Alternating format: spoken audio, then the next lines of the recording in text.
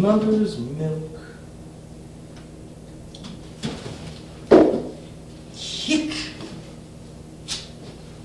Evan's mother's milk. What are you doing? Nothing, Evan. Come back to bed. If I come back to bed, you'll expect me to hump your rump while you pump your stump. Go back to sleep. I can't sleep with you in there. You make me sleep on the far side of the bed, and you take all the covers. You can't possibly miss me. Come back in here. You want me to sodom your bottom while you pull your pole. I want you to come in here. I'm reading. It's too late.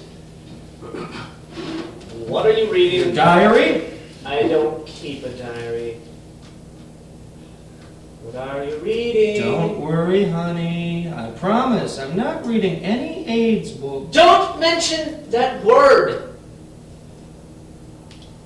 What are you reading? Nothing by your stupid Stuart either. Leave me alone. Stuart was a god. Stuart was a two-bit whore. You're a fucking hippie failure.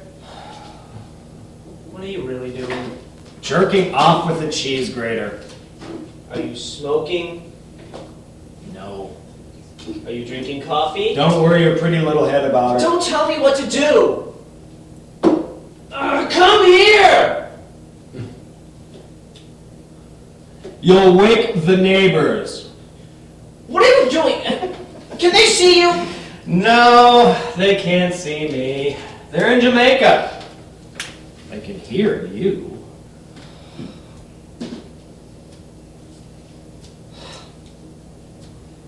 I hate you. You adore me. I adore you. No, you don't. I won't let you. It's unsanitary to sit there naked. How can you even form the word unsanitary after what we just did? That never happened. Evan, I have blisters on my knees. It never happened because it meant nothing to me. I only let you because I pity you. I pity your pitiful neck. So, I'm snapping your quaint, middle-class, no-hands gym towel around me. One size fits all. I was sticking to that vinyl anyway. Lie. You don't want me to see you get hard when you see me in my jockey In shorts. the moonlight. Stop that! Well, I guess they'll stay closed now, won't they? Anybody climbing the streetlight to take down those tennis shoes could have seen us! Those are staying closed. You're crazy. I don't ever want to see you. According to you, you're not going to after tomorrow. What's your second wish? I haven't decided for sure yet if I'm leaving.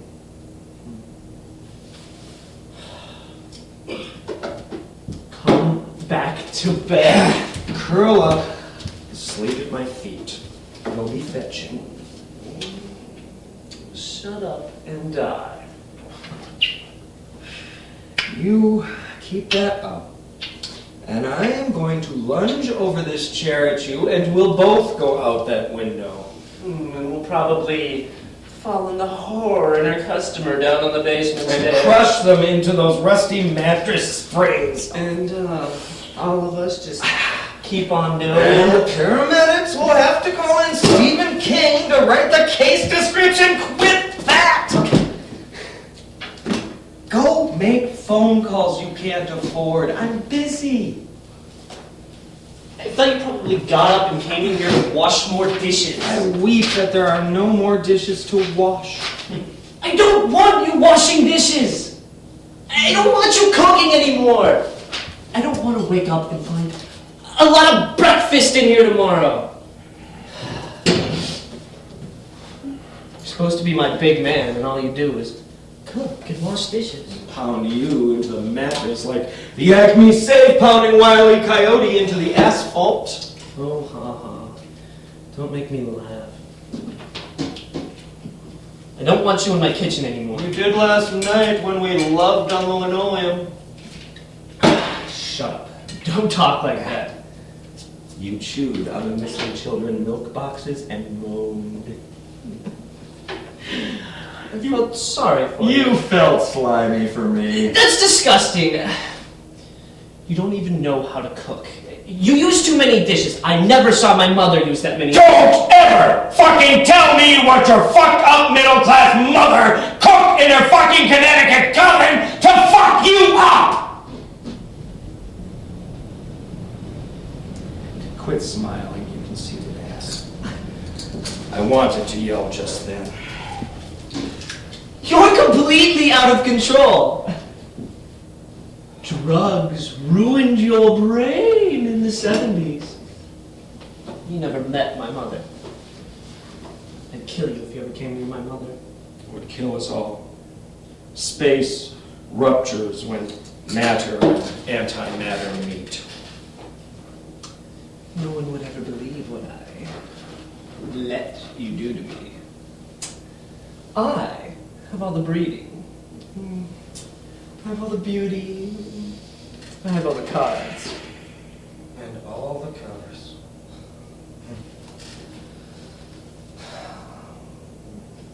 What is that book you're reading? None of your business. It better not be Stewart's. Dear. Rather than read that reconstituted pulp your slut lover exuded like earwax, I am reading Grace, The Secret Lives of a Princess, an expose of Her Serene Highness's love life. Where did that come from? I don't want you bringing faggot shit like that in here. You should be It was ashamed. on your shelf. You should be ashamed of your shelf. The subletter left a lot of that faggot shit here. I hate faggot shit. Evan, would you stop talking like that in the presence of Her Serene Highness? Faggot shit? Fairy shit? Shit. Why? I wouldn't have that in my hands, much less my mouth. Stuart got offered to write that kind of faggot shit. He never would. Stewart only wrote things where they gave him an outline of the genre, and he just filled in adjectives and places. Shut up. Young adult friction fiction and Weight Watchers I romances. told you to shut up. Under 20 different pen names so no one could catch him. I'm not even worthy to talk about. That stuff has the shelf life of a banana. He, at least, got paid to write them. Yeah, $2,500 a pop, just enough to buy batteries for you. He was going to be famous. Oh. He was going to be a star. He used to say to me, someday, my name's going to be right up there on that television screen, and it's going to say, script by... Yeah, by who? Which of his 50 pen names was he going to use? And which of his 2 plots? He would have been up there. No, he wouldn't. You wouldn't let him out of bed long. Stop! All he could do between your cries of ram me, cram me, was fill in the blanks in his connect the dot doozy. I said to stop! And then jam it in a bottle and throw it out the window and hope some Samaritan would take it to a publisher because it was all he could do to keep you stapled to the sofa while he huffed and you yelled, "Where have you been? I never What are you doing?" I told you! I never got it from anything! I had to watch it! I had to watch it die!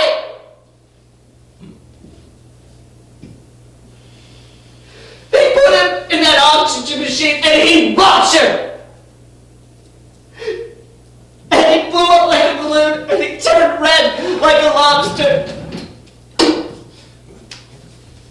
And I banged on the glass and I couldn't help it! Don't flail. Don't flail. Don't flail. You'll hurt yourself. You'll hurt yourself. More likely, you'll hurt me. Okay? Okay. I never stopped him. I believed in him. He would have been great.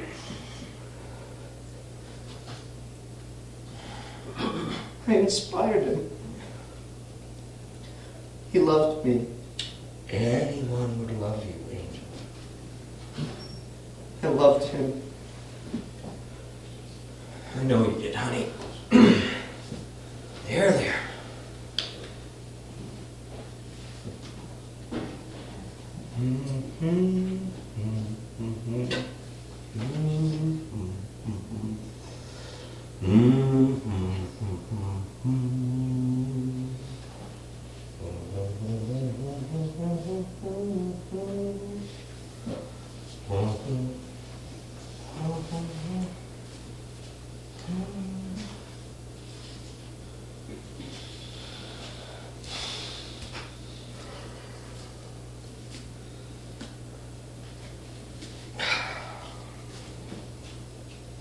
You know you're a piece of shit. I don't know anything. Why are you reading that stupid book? Well, can we ever know enough about Grace Kelly? Did you know that on the set, she and Hitchcock used to while away the dull stretches playing an amusing little word game? Did you know that? Did you? Huh? I don't want to move back home tomorrow. They made up appropriate names for the various workers on But the I don't film. want to die in New For York. instance, the sound recording man was Mike Fright. Get it? I hate New York. And the costume designer was Please Wilma make some Schultz. money. And the little gopher. You won't boy ever make that any spilled money the with your coffee. faggot plays. The editor was Please Selma make something Cutter. else and make some And money, the so I don't have to makeup die man in this filthy, was ugly Will city. Flatter. And the writer, of course. Well, the writer was Gay Integrity.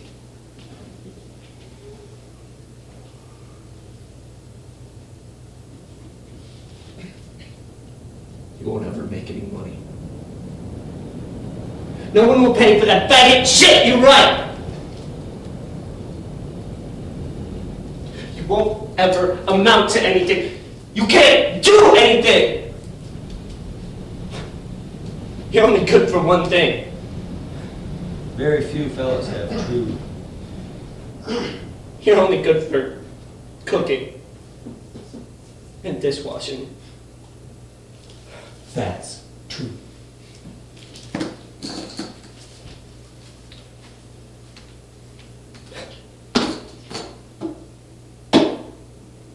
You dinner ready for me when I get home from the gym like you were a nervous little girl. Well, at least under me, you gained some weight.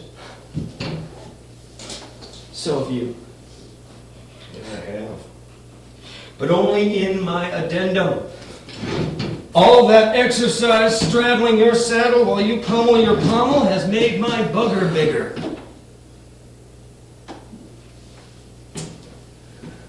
No pain, no gain.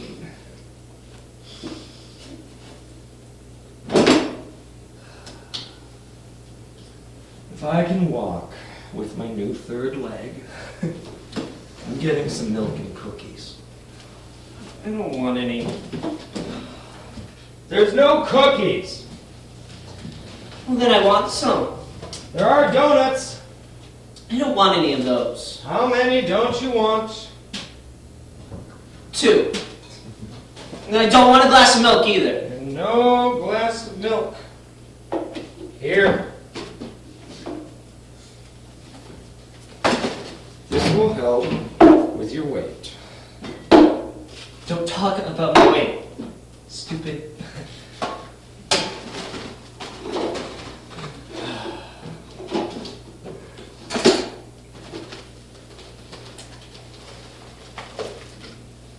How many of those are you eating? As many as my muse commands. I'm your muse. And don't dare come back to my bed all greasy and crummy. Greasy would be practical. Crummy is a mood you frequently prefer. Why did you bring it out on a tray? That's just something else to wash. You use too many dishes. I never saw my mother use that many. Cut that shit short! Or I'll surprise you and pierce you with a cold frozen kielbasa instead of my painful, gainful dick. Don't dare presume to talk to me like that, hippie scum. Don't dare presume equality with me. I only let you hang around and service me because you're so old Right on. and so ugly. Right on. And because you'll do anything I say. Bring 'em on. And because you're you're always ready. Stiff stuff. Sure. Grace and Alfred used to call me Rod Redding. You're always ready to. Come on, help me think up some new names for it. No. Oh, you can't. You're all burned out.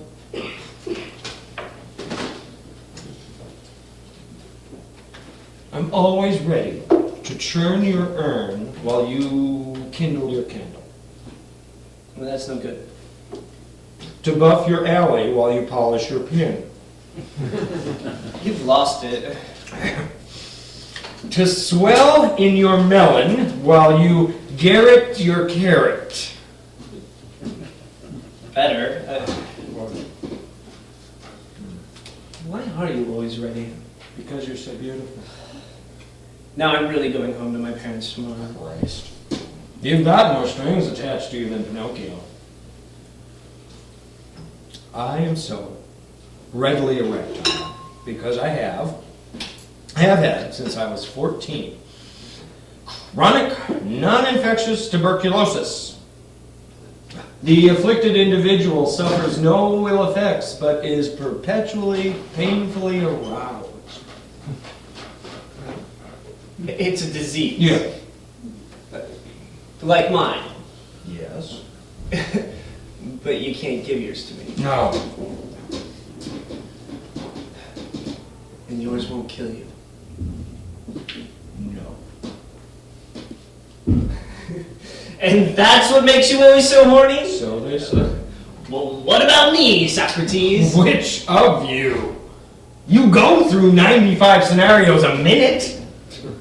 You are all the occupants of a bourgeois brothel. You need someone to punish for your parents, both the real ones and the ideally perfect and the ideally evil ones you imagine. Ditto for everyone you ever failed or who ever failed you, including all those mangled men who got caught in your act before I did. You're always ready to take on another comer. That isn't an asshole you're carrying around, kid. It's a kaleidoscope.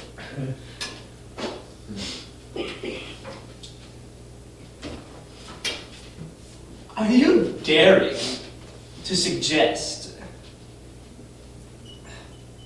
Scott, that we're made for each other? Like custom straitjackets. And I don't give a damn what you do when you're not actively cracking your whip while I go through your hoop. What did you do today? Did you take your medication? We're saying fuck people. Well, God knows I'm over here, greasy and crummy. You know I can't. I'm poisoned. Do it to a donut. I'll watch. I couldn't fuck you anyway. Young men don't fuck old men. Like big girls don't cry? It's disgusting. Only old men should fuck only young men. You know, I've heard this before. We're gonna die without ever fucking anybody. Is this something middle-class mothers teach their sons via telepathy? I wish I could give it to What you. mutually contradictory middle-class axioms do you misapply to make such rigid rules for your rigid ruler? I wish I could give it to you. Well, God knows you've had ample opportunity to study the technique under me! I wish I could give it to you! You force me to be sincere. I do too. No, you son of a bitch. I wish I could give what I've got to you. You don't ever even have to wear a condom. Well, I wouldn't wear one either. Do you hear me? Do you understand? I'd like to give what I've got to you. Give it to you. Give it to all you healthy sons of bitches. Give it to you.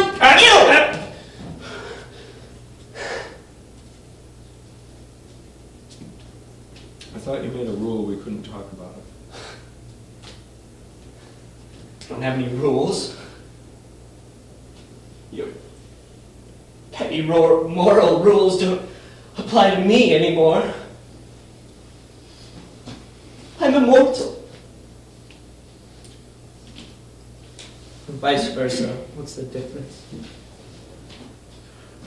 Am I tiring you out, making you do the gym every day? What's this? Rocky's coach gonna back down? Gonna ease up on my schedule? You gonna not make me go to the gym or eat 3 full meals a day or not smoke or drink? You gonna back down? Dominant male?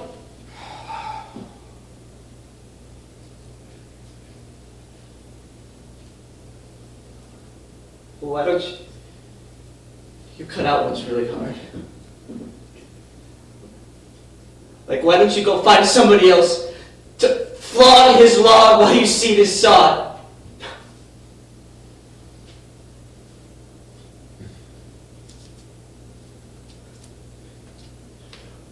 Why don't you leave me alone? And quit hammering my ass and go find somebody else to drill, drill sergeant!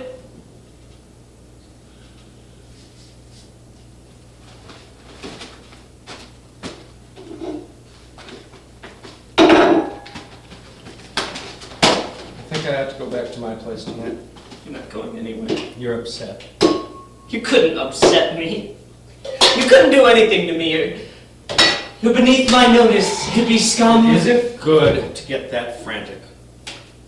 Can't imagine it's good for anybody to get that frantic. I'll wash these up and... well, maybe I won't wash them up. I'll just leave them here, put on my clothes, take the A train, I'll call you in the morning. Don't dare call me in the morning. Going home to my folks tomorrow. I don't mean to cause you any grief. I'm here for fun, yours and mine, and if it isn't fun... Oh, shut up! You worship me!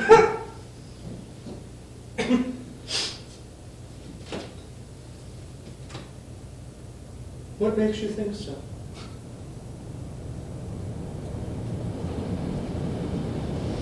You don't care about my health. How I am. If I turn inside out and yip like a puppy. You're crazy in love with me. No, I would have thought love would include some kind of caring... Oh, come down to Earth, your serene highness! This is Earth! This is all I'm good for. This is all you're here for! You don't come here for anything else but this. And as long as I keep letting you put your spasm in my chasm, jerk my works,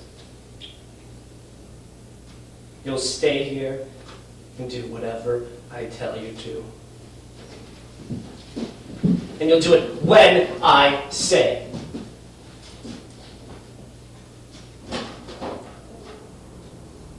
When I start getting ugly, then you'll go home. And I'll die. That's life on Earth. What kind of men have you been with? Earthmen. But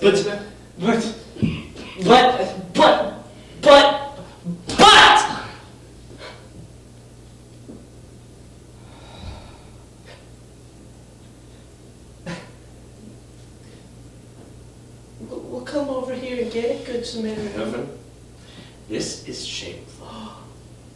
Well, come over here and spank it then, mister.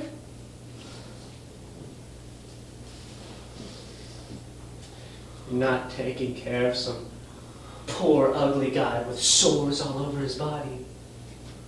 Mister, you're taking care of a cute little trick that you're making cuter every day by making him eat right, take his medicine, whipped his weights and whipped his wags. And I'm not with you to get taken care of. Because you can come so much. I'm a poor sex pig, desperate enough to let even a droop like you pucker my pucker while I'm fisting my piston. So shut up.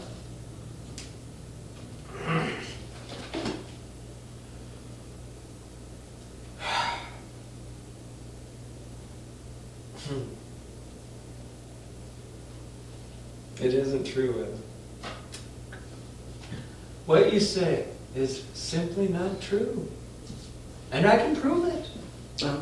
Yeah? How? The sex is just for you. I only fake coming. What? No, you don't!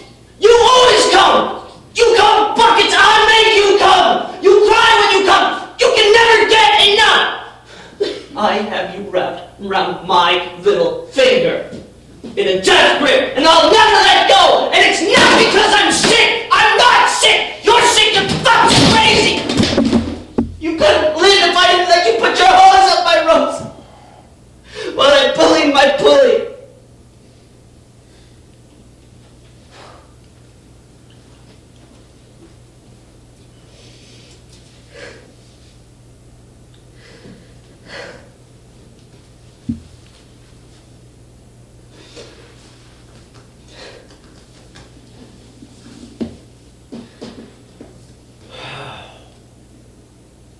We're not gonna fist fight again? Wreck more kitchen fixtures?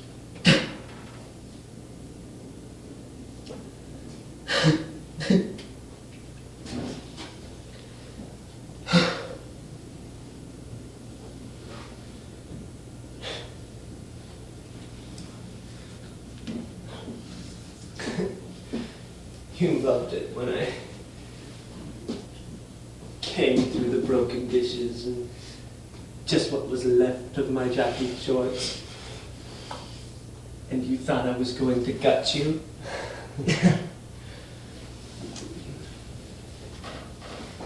But you laughed like a little girl, and I threw my arms around you, and kissed you with my bloody nose, and said, I love you, Adrian. I laughed. I laughed the first time you let me come down your chimney while you jingled your bells. Then I lay there, panting and crying. You turned toward me under the covers and I thought you were going to say, okay, get out, goon. But you said, please, sir, can I have some more? and you said, your face isn't great, but you're beautiful in the extreme. I love writers. You fight good. You shouldn't fight. You already owe your landlord a fortune in past wreckage. What do I care? I'll never have to pay him. Evan, don't. You don't get it. I'll make you pay him. I'll make you so pussy-whipped you'll quit writing your faggot shit and you'll start writing some stuff that decent people read and I'll take all your money and run away. Evan, I'll try. I'll try to try. It's hard for me, but I will. No, you won't. Give up. You can't. You're a failure. I am not insensitive to what you said to me. What? I didn't say anything. About how you didn't want to die. I didn't say that! Evan, has it started affecting your brain? You I said- never said that. You did. Listen, Dick Brain. If if you ever again want to push my tush, and I never said that. Okay? Okay.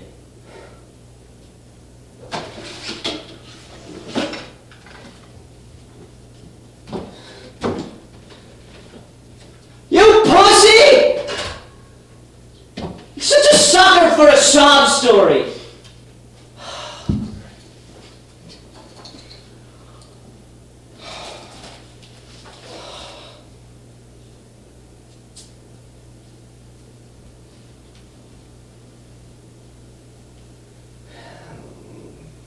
Anybody could fool you. Evan, don't do that. What? Do what? Why not? Look, why is it just when we're having one human moment of understanding? Oh, Pookie!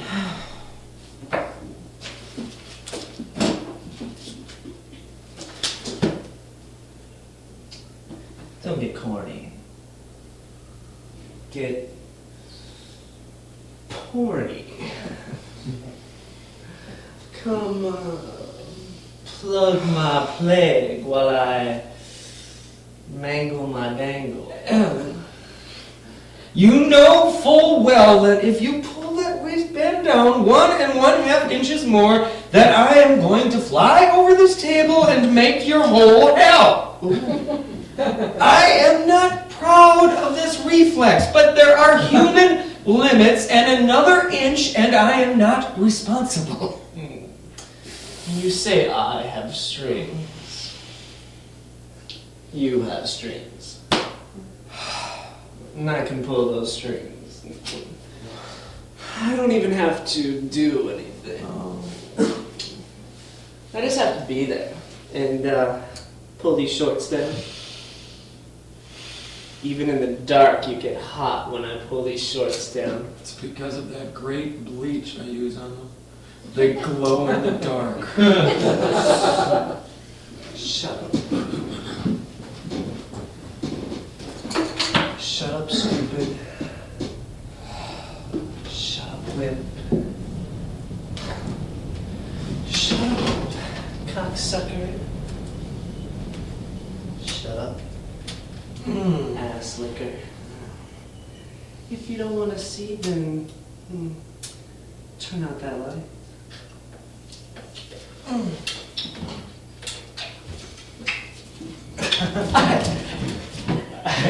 didn't say to open those blinds. Fuck you. Not if you don't mind me. Okay. Fine. That's alright, I'm over here. Nobody can see me. But anybody that looks up can see you over there, shaking like a little girl. And in a few minutes, they're going to hear you shaking the bedpost and howling. Don't stop! Don't stop! Don't even stop! I never! Always! They'll hear you screaming. Do you love it? Do you love it? Do you love it? Please! I never say that. Whoever say that? Poor sucker. Poor fucker. I don't. You don't. You will. You dreary, sadistic, polluted, pretentious, defensive, deluded, diseased little middle-class queen! I wouldn't fucking fuck you for the fucking moon! Yeah? Here we Evan, shit! Sucker! Poor fucker! Be still! Make me! Make me! Be still! Hold stop!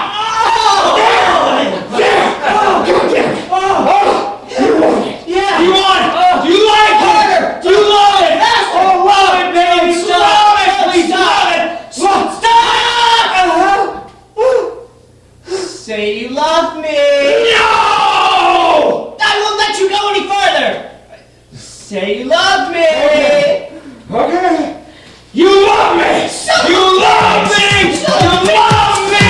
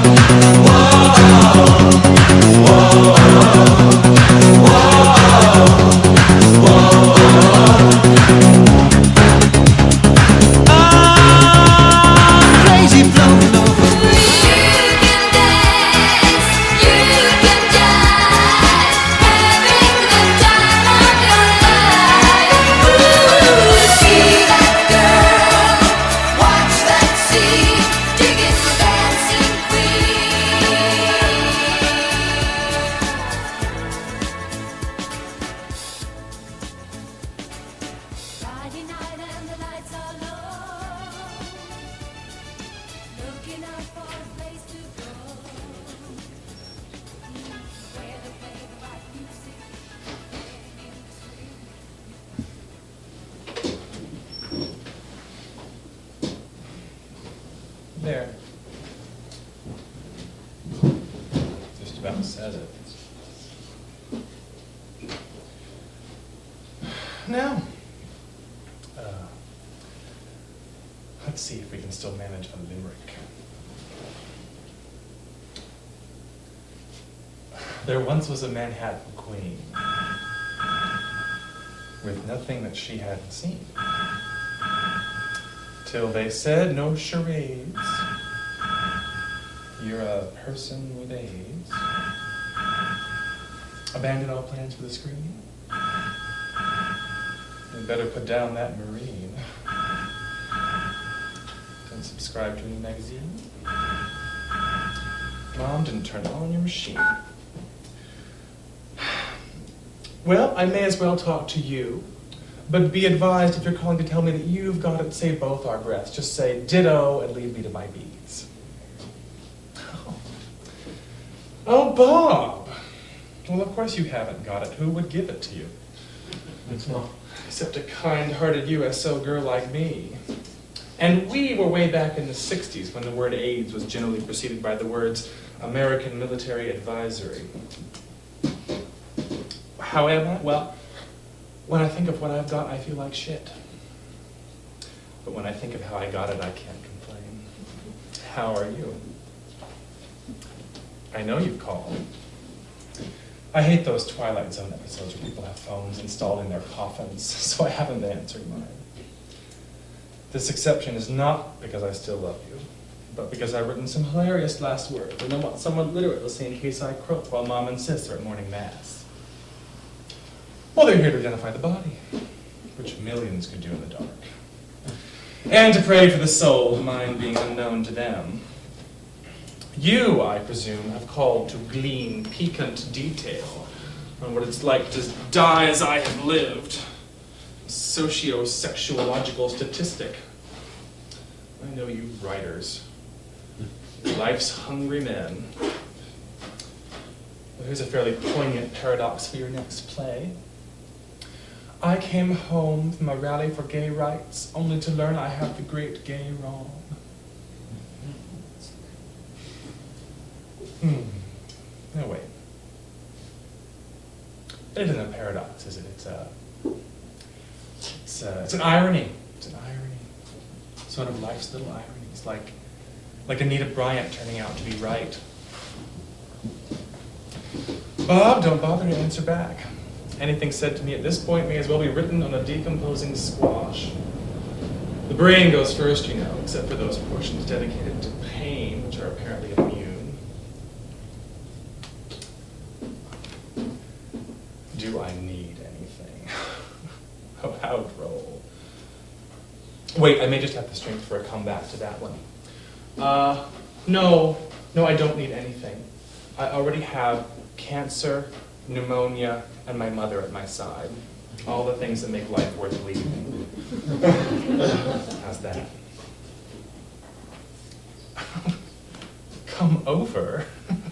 Be serious. I look like Mia Farrow halfway through Rosemary's Baby. No, I want you to remember me as the Botticelli flower child I once was. God. I was the prettiest queen that ever paraded for peace.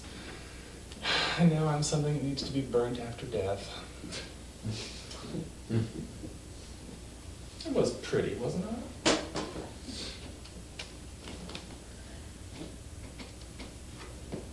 Bob.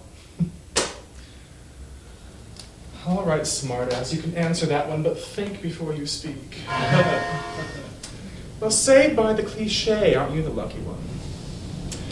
Well, that's the church bell. One stroke means it's 7:30. 8 o'clock, it's a David O. Selznick production up here. Mom and Sis will come crawling upstairs on their hands and knees, muttering rosaries. So I'm yours until 8 o'clock. Or the end of time, whichever comes first. What's that couplet by old A.E. Houseman? And he shall hear the stroke of 8 and not the stroke of 9. About the condemned man in his cell. condemned for not being condemned. The wit and wisdom of the living dead. You like it? I leave it to you. Want anything else? Records, tapes, complete history of Western music from Mahalia to Michael Jackson? I want to give it all away before some fool plays disco at my funeral and the record gets stuck and nobody can tell and the service lasts forever. But I'm being negative. Do you want to hear some positive funeral plans? I want to be freeze-dried and cut in half and made into ballerina plaques. No. I insist on being cremated. It's my last chance to get my ashes hauled. No, I want to be mixed with grease paint and used as blackface in Diana Ross drags. And then I want my MasterCard and my ID clipped together and flung at the cutest kid in Sheridan Square. And I don't want you reading any of your crappy monologues. Or mine. I already cremated all of my so-called works. Oh, shut up. I was not a real writer. Oh, which you, of course, are. I apologize. All I had was a knack for cute coffee table metaphors like, Joan Collins is as vulgar as Christmas in Mexico. Or remember how I called that nervous friend of yours as delicate as the glass menagerie in Braille? And when one of my après-vous amours said of you, he seems like a fun guy, I was heard to quip, fun guy? Fun guy? Isn't that like the plural? No, wait, those aren't metaphors, are they? They're similes. They're similes. Well, that's me, Simile Dickinson. Forgive the low level of repartee at this end. I haven't been reading anything except condolence cards. A pixie-ish fellow PWA that sent one that reads, "What do you give the man who has everything?" I'm designing one to be sent by helpless, well-meaning friends like you. It shows a quadruple amputee saying, "I'm behind you 100%. And of course, Mom has been reading to me. Oh, Shirley MacLaine's latest volume, what else? Shirley claims that we pay in each next life for our sins in the last one. Well, sure, old girl, we've streamlined the process this time. Your up-to-date pervert is dying in the fast lane. No? No, I'm not going back into the hospital. I abhor the term legally alive. God.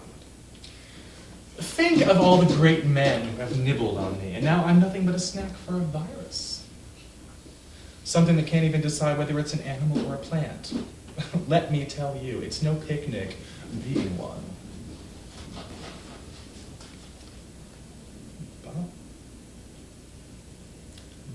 Bob, there is nothing medical science can do. AIDS is the gift that keeps on giving. My luck, I got this sweet Indian doctor who kept folding and unfolding his eyeglasses like a Rubik's Cube. He very shyly asked me if he could take blood, urine, snot, stool, semen, and saliva specimens. And so I said sure. But then can we do what I like? Oh, and I used one of your lines on the course, sweet sap. He very shy, very delicately informed me that there was a lot less chance of getting it if one had been what they call a top man. So I said, "Doctor, I have always been a top man. You can get it further up you that way." And then the diagnosis came up. Bingo. And he warned me to watch out for the depression that often accompanies a diagnosis of AIDS. And so I said with a show of great relief, AIDS? Oh, doctor, thank God! I thought you said age. Well, you know my motto, brighten the corner where you are. I tried to make up by offering to be a subject for any cute tricks that science might want to try, but he said, Mr. Wood, we cannot use you as an experimental animal. And I said, Doc, I am an effeminate queer. I have never been used as anything else. Except by you, Bob. Yes, that's right. Yes, we were truly in love. It was love, wasn't it? No wonder it went out of style. No, what you said is true. When you fucked me over that tenement banister with the Dayglow peace signs flaking off the walls, it was the balcony scene of the 60s. Christ, I used to be so clever, and now I'm reduced to quoting you. I was clever. You know, when I was just a little girl in East Bay, California, I noticed that East Bay was Pig Latin for beast. But I knew I'd found my niche when I realized that Alice Faye was Pig Latin for phallus. Yes, isn't that good? Think we'd interest the virus in 1930s musicals, it'll turn queer and stop reproducing. No, let's scratch that. You have to be born to royalty. That's how that lovely old 1940s closet queen who brought me out used to put it. Born to royalty. He would spot some hunky number down at the bar. He would lean over and whisper to me, do you suppose that he was born to royalty? Meaning, was he a queen? Born to royalty. God knows I was. 12 years old, I rummaged through the biggest country western record barn in Central California and came up with the only Marlene Dietrich album on the West Coast. You have to be born with that instinct. And all by my lonesome, I discovered Walt Whitman and Aubrey Beardsley, and dyeing my bangs with lemon juice, and buying everything size small, and outlining my eyes with ballpoint pens so when the boys made me cry, they wouldn't see anything running. When my generation became the socially conscious we generation, I had to fight my own side for the right to ride in pink high heels. And when we OD'd on politics and became the me generation, well, I drove to New York on a lavender motorcycle after using my last sunshine acid to spike the communion wine. No. I should have. Instead of becoming a drab example of degeneration. Turned into a serving of sushi for a flock of plankton.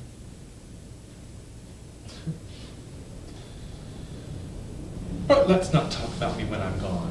Where was I? Oh, yes.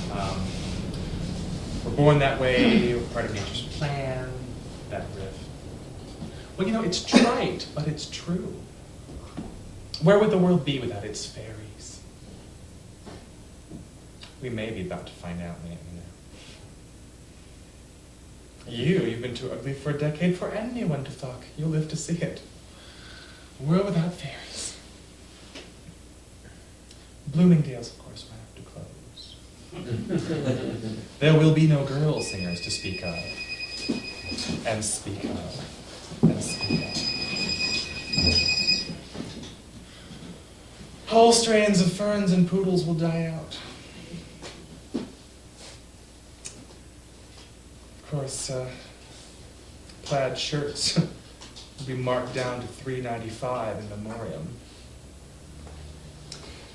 But you know, fairies have been dying out since the 70s Marlboro macho movement.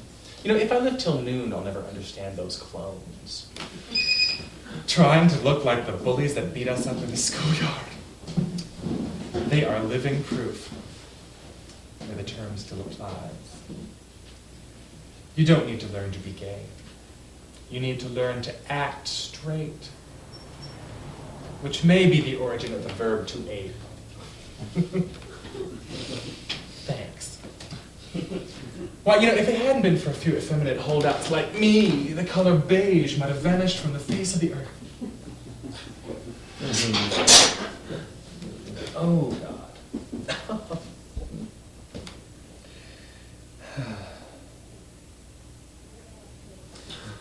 Oh, God. Oh,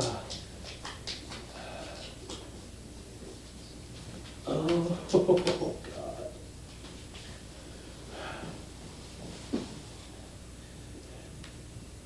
Oh, well, give yourself the gold star you noticed. Yes, Bob, I am tiring myself out.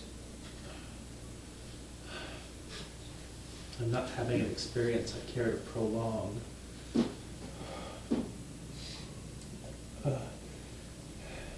Remember those fantasies of attending your own funeral?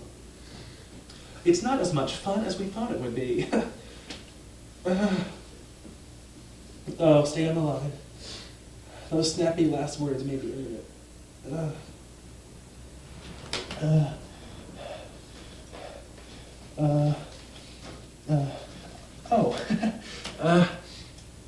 It's my party and I'll die if I want to.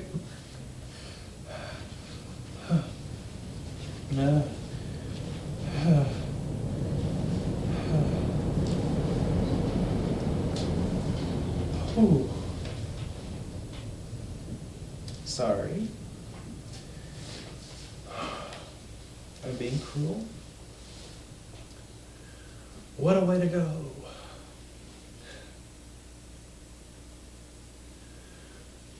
Look, you're okay, I'm not okay. Okay? Okay. I'm dying. Everybody dies. Except for 2 unconfirmed reports from Bethlehem and Transylvania. Why does this take my generation by such surprise? Did we think that we're all just going to go into reruns? Wouldn't you think a queen would be glad to learn she's about to finally lose all her weight forever? Must one go through those 5 official... What are those 5 official stages again? Anger, denial, bargaining, depression, and acceptance. Well, back up, because here comes my acceptance speech. Oh! I am now and have always been a flaming faggot, responsible for style in its every manifestation. I have my own 5 steps.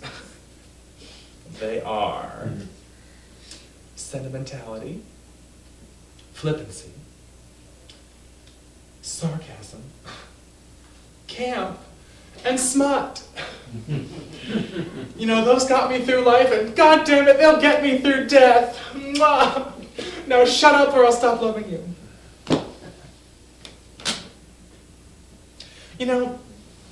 I expected you to write something that would make me live in infamy.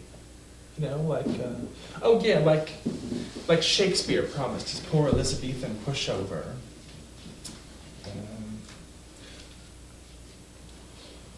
Not marble nor the gilded monuments of princes shall outlive this powerful rhyme. Well, the gilded monuments of princes are major tourist attractions. And no one knows who the hell the sonnets are written for. But, oh, don't cry.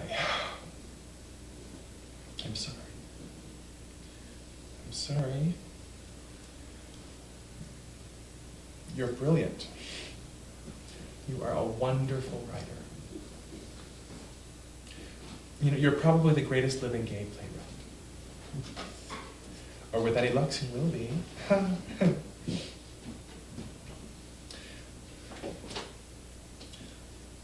Well, look, how's this for comfort? We were the last two people ever to fall in love. That ought to rate some space in the whatever became of books. And there are no challengers on the horizon. How can someone fall in something as awful as love when they're being careful? Before my condition started warranting quarantine, I knew these two kids, lovers, into safe sex, monogamous out of terror. One night, while they were jerking themselves off while fucking the other, with vibrators, one of them's arms got tired, and he switched hands. And his lover hops out of bed screaming, "You switched hands! You switched hands! Some of the pre-cum that I've got on your fingers might crawl up the vibrator into me. Are you trying to kill me?" Naked, except for rubber gloves and a banana-flavored condom, with an electric dildo still slowly revolving in his ass.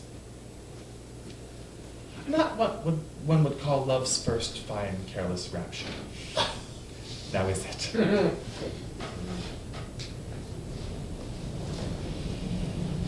Oh, don't.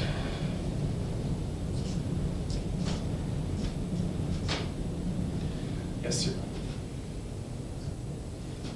Yes, you're always right. Yes, of course love will survive. They couldn't kill it with those purple hairdos. They can't kill it with the plague. Boys will fall in love with each other's earlobes if all else should fail. This was never really about sex, was it? It was about love.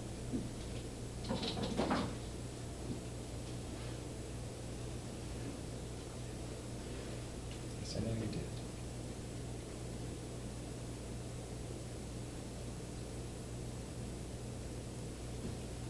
Yes, I know you do.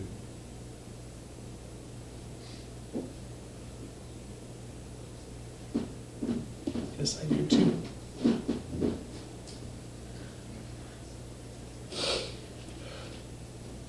I'm sorry we broke up too. I was a fool. No, wait. Wait, maybe you were the fool. How did we break up again? That's right. You told me we had to cool it for a week because you caught crabs, and I thought it was a lie because you didn't love me, and took up with that jailbait street meat for revenge. You went off in a huff to save world drama. Yes, I thought I remembered it being about love.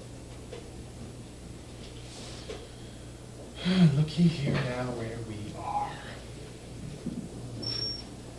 I love you. You love me. We have deathbed reconciliation. That ought to satisfy two students of montage.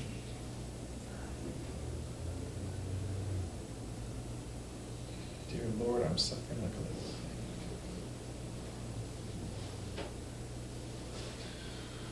Sex may be safe, but love never is. Saved from a fate worse than...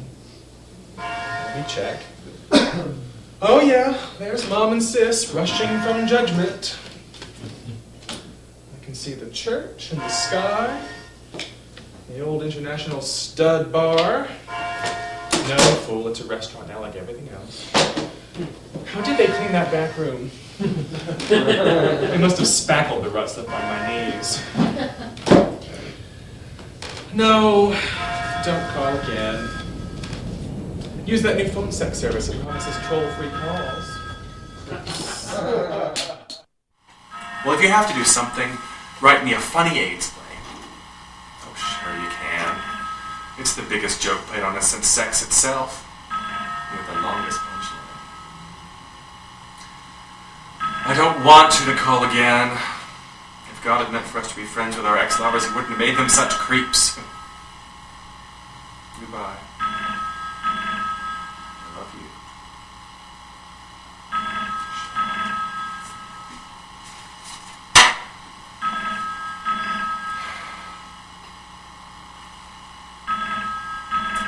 least I'll never have to hear the term lifestyle again.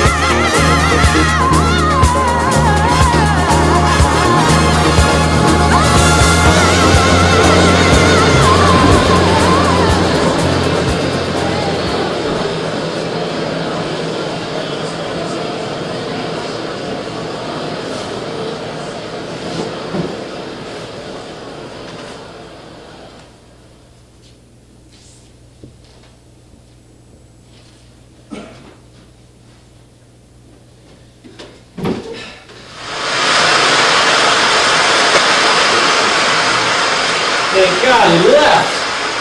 Man, without me even having to pay him. I wonder, is that some sort of compliment? So you can still walk, huh? I must be losing my touch. Thanks a lot. I had a really good time. You can go now.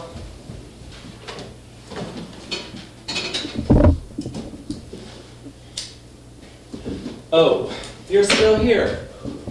I had fun too. For another 50, I'll stay and have it again. Thanks a lot. I'd really like to, but I have an appointment. What brand do you smoke? Marlboros, of course. You want one? No, thanks. You don't leave any butts around, did you? Nah, first rule of my trade. Do you have to clean up now? Couldn't that wait until you come back? Back from where? Your appointment. Oh, my appointment's here. Ooh, you got another guy coming over. You're a beast. Hey, why pay full price when you can get the rerun for half? No, my lover's coming back. Oh, you had a fight. No, from a business trip. Oh, where? Why do you want to know? Just asking my business. None of yours. Forget it. Sorry, Chicago. He's in publicity. Well, I guess I'll be going. Good. I mean, good time. I had a good time. Thanks. Well, You haven't paid me. oh God, yes. Wait here. I'll do it with both of you for another 100. Thanks, but no thanks. Here's your 100. Sorry. In cash? Why not? It's nothing. I took a check. I'm trustful. Oh, no. That won't do at all. Oh, he reads your stubs. It's a joint account. Gosh, you two are serious, aren't you? Well, yeah, sure. Well then, why not bring him a little welcome home present? What do you mean exactly? Well, you must be pretty worn out. Yes, I am. Well then, why not invite him back into the bedroom and there I'll be, all spread out. Oh, no, thank you. Prone or supine, however he likes it. That's very kind of you, but I don't think so. Well, you're not in much shape to do much for him. It's just we don't normally do it this late on a Wednesday. You have a schedule? Not a schedule, exactly. Sounds like one. It's just on Wednesdays earlier, we usually watch Barney Miller. Yeah? And we both have the hots for Bojo, and it usually ends up in bed. At what time? About the time you and I were doing it. It's a habit, I guess, but not a schedule. I used to have a boyfriend who had the hots for Lou Grant. I could never understand it, but I reaped the benefits of it, if you know what I mean. Oh my God, I didn't watch Barney Miller tonight! You had me. You want me to tell what happened? I'll make it up. Oh, I mean on the show. I'll just make it up. His friends will be talking about it at the office tomorrow. You have a whole subculture of Bojo freaks? Can you please go now? All right. Oh, but call me. You were good. So are you. I'm supposed to be. Oh, you better check the position of the lid on your Vaseline jar. I'm left-handed. Oh, God. It's okay. Don't be nervous. See ya. Oh, here's my card. That's okay. What, you want the brochure? Oh, he checks your pockets. It's just he does most of the housework, and I never know where he's going to be looking. Well, he is a lucky guy. See ya. Oh, God, I'm lucky I didn't get raped and murdered. Well, murdered anyway. Okay, let's see.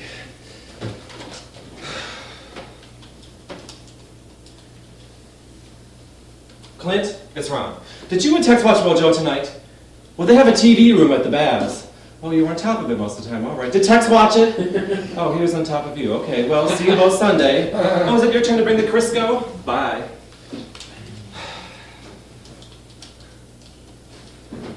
Hello? Oh, shit. God, I hate cute answer machine messages.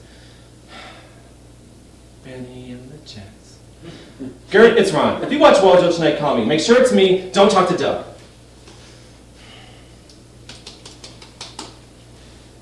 Fred? It's Ron. Did you watch Barney Miller tonight? What happened? On the show, I mean. Well, I'm sorry to interrupt you, but it's imperative that I know. Well, tell me you can do something else besides your mouth, and tell me the goddamn plot. Okay. Barney made Wojo dress in drag, right? And Wojo looked really good, okay.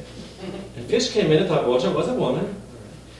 And Fish took his right shoe off and stuck it up Wojo. Oh, thanks a lot, Fred. Eat the phone. Oh, goddamn city's getting laid. Honey! I'm homo! Dumpling! Did you have a good trip?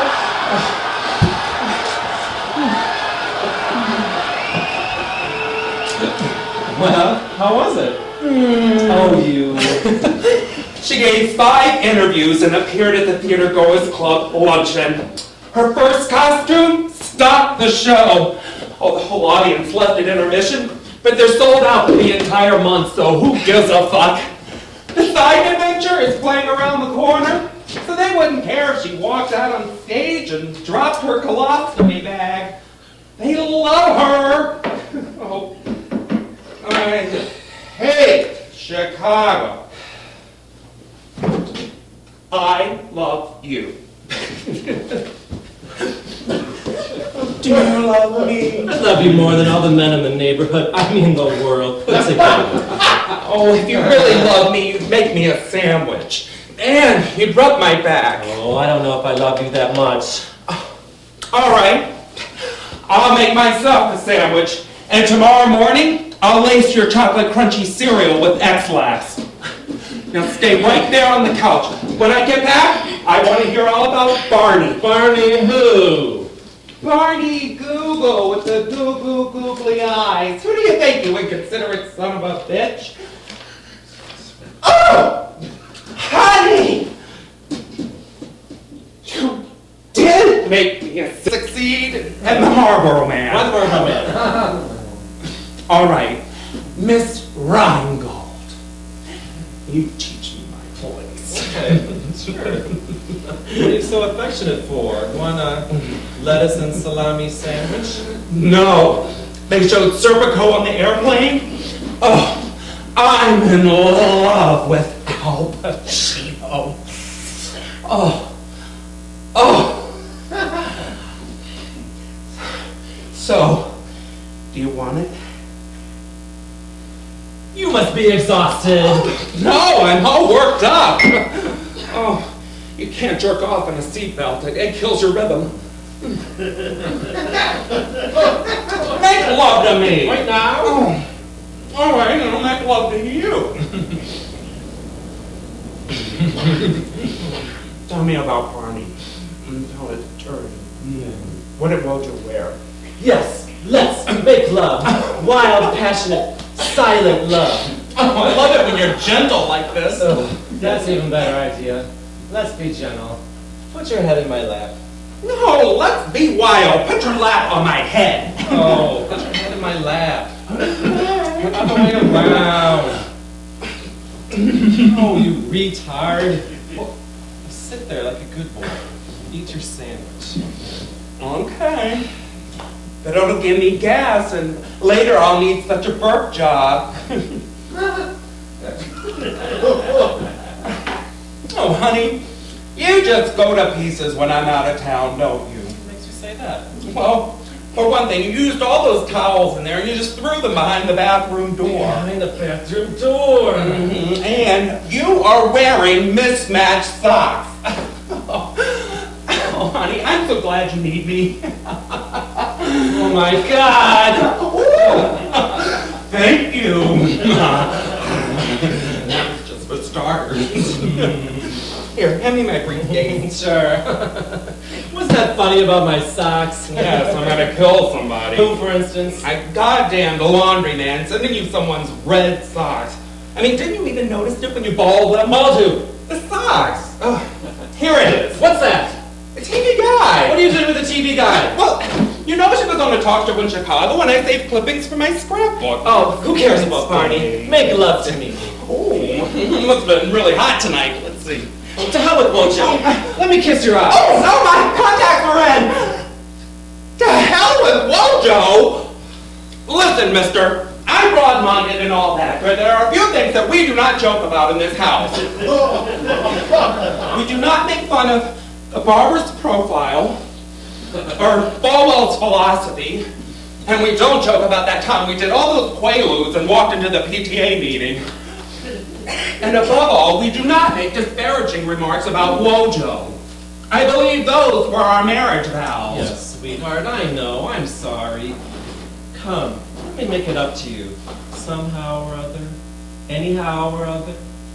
No, I'm mad. I want to read the summary of Barney. Doug, this is ridiculous. You're becoming fetishistic about that fat actor. Barney is not fat. He's humpy. I said Bojo. Wojo is humpy. And if I'm fetishistic about him, how about you and those opera hoes?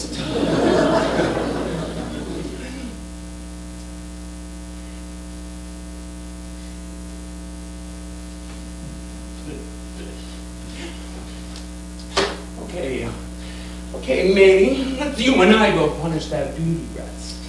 Certainly, darling. Ronnie's sorry he yelled at you. You know what Dougie wants tonight? Oh, funny buns, what? Dougie wants you to put on your leather harness. Whatever you say, Cookie Cock. Oh, and he wants you to get out the rubber sheets. Certainly, Sugar Shorts. And he wants you to turn on the strobes and activate the big dildo. Oh, good, love lumps. Yes, do. Go on. And then I want you to spread yourself out on the sheets with the dildo in your fur jocks. Motor mouth. I want you to chew on your Erica Estrada t-shirt. And then what do you want, tiny tits? And then you're laying there looking like a goddamn idiot. I want you to tell me why you didn't watch Barney Miller tonight. Huh? You big louse! There was no Barney Miller! It was preempted! Paul Newman and Joanne Woodward did a special on Angel Dust. I thought she was Mojo and Drag. Oh, don't tell me they didn't have it here. It was network. I had Tex and Clint over. We forgot to watch. Tex and Clint never missed a Wednesday night at the baths in their lives. It's what holds their marriage together. I knew that too. Really, honey, I really am almost mad. Almost. Well, sure, I mean, it's the one thing I ever ask for you to do for me is to watch Wojo if I'm ever out of town. I'm sorry. Believe me, it'll never happen again. I mean, I don't think one thing is too much to ask for. I would do anything for you. I'm sorry. I'm sorry. It's okay. I'm sorry. I love you. I forgive you.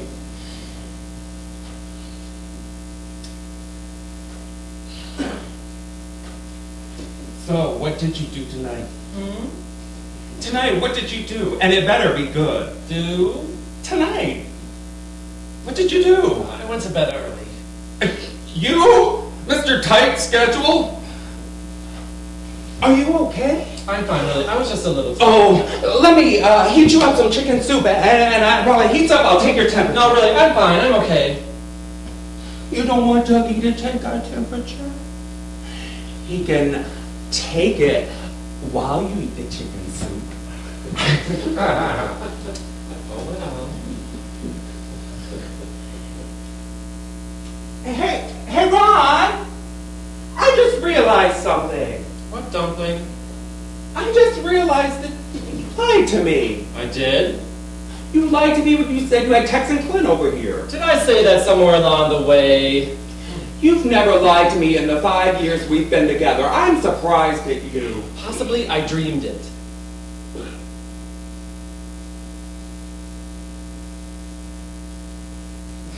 Suddenly, it all comes clear. You had Tex and Clint over here tonight, and you made it with Doug. I did. And you know that I don't mind that you made it with Tex and Clint, because God knows we've done it often enough. I don't even mind that you had Tex and Clint over here and made it without me, but here, in our home, without me. You know that we swore that no matter how many men we might make it with separately, we would never ever bring any of them here. Dougie, I can explain. Oh, I don't want you to explain. I want you to die. What are you gonna do with that phone? I'm gonna call Clint. I'm gonna ask him. And don't try and stop Oh, me. please don't do that. Why shouldn't I? Because if you won't do that, I'll get out the hammock and I'll put on my dirty 501s. You hate the dirty 501s. I'll do it though. No, not even for the dirty 501s. I'll let you do the thing with the vacuum cleaner.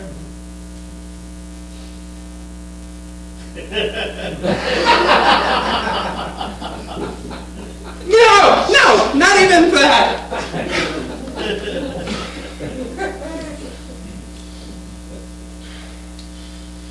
Hello, Tex? Hi, Doug. Is Clint there? May I speak to him, please? Thank you. You know, you really wouldn't have let me do that thing with the vacuum cleaner anyway. You would have just talked about it until I got so excited that I forgave you, so I don't care. Clint? Hi, Doug.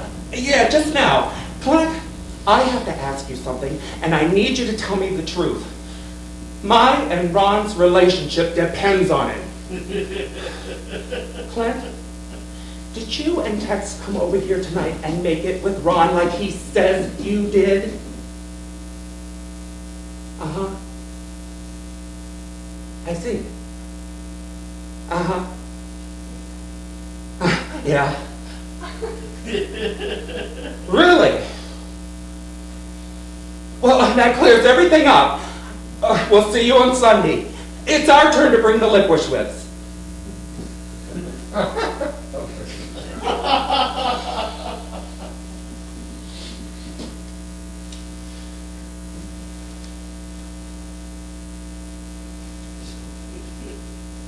Well, what did he say? He says, yes, he and Tex came over here tonight and you got all carried away and made it, and he knows it's against our rules and he's sorry, and you know what else? He wants me to come over there some night without you to make up for it. Oh, well, there. See now. And hey, do you know what else he said? No, what, Puppy Fuzz? He said that the reason y'all got so carried away was that, well, it was hot in the police station and Wojo took his plaid shirt off. Ugh, I hate you. I hate you.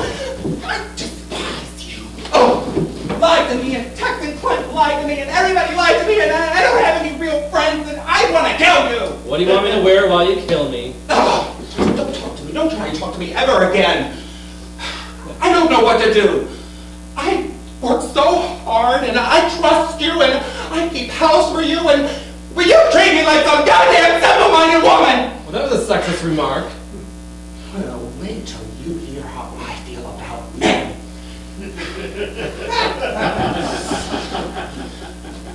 What did you do tonight? I hired a hustler, and I brought him here and made it with him on our bed. That's a lie! Oh! I'll never be able to believe you ever again! Oh.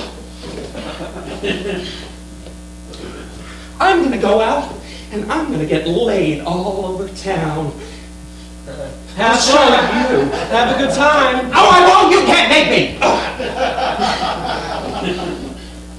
I'm gonna crawl on my knees through every dark bar in this town, and I'm gonna get corked by total absolute strangers, and I'm gonna hate every minute of it.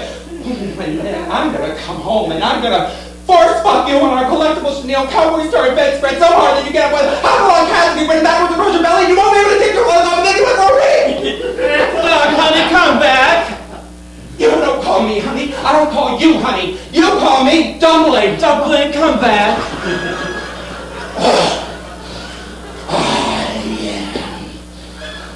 And when I do, I'm never gonna go out of here again. I'm just gonna stay here in this expensive condominium with these beautiful ebony walls that I was stupid enough to buy with you, and I'm gonna hate for the rest of your unnatural life. Doug, honey, I mean, Dumpling, come back. Wait, I can explain everything. Wait for me to put on my shoes. Hold the elevator. Oh, please hold it, Dump. Damn, where are my shoes? Dumpling, would I always leave my shoes? Oh, here they are. Goddamn sucks. Goddamn it to fucking hell. Why do I always do these things? What am I talking about? I never did anything like this before. Why? Why did I? Why didn't I? Why did I now? Okay, here I come. Hello, yes, huh, Garrett? Oh, I know. Joanne, Paul, Angel does. Yes, that's what the hell they're married together. Thanks, later, bye. Dumpling, Daddy's coming!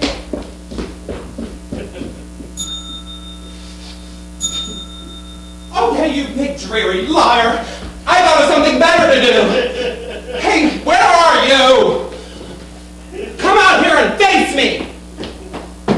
Ow! Where are you, you big creep? I thought you liked me. Oh, I do, but I don't know what to do with you now. Well, what you were muttering in the elevator sounded pretty good to me. Oh, I know, but we're alone now. Is this your place?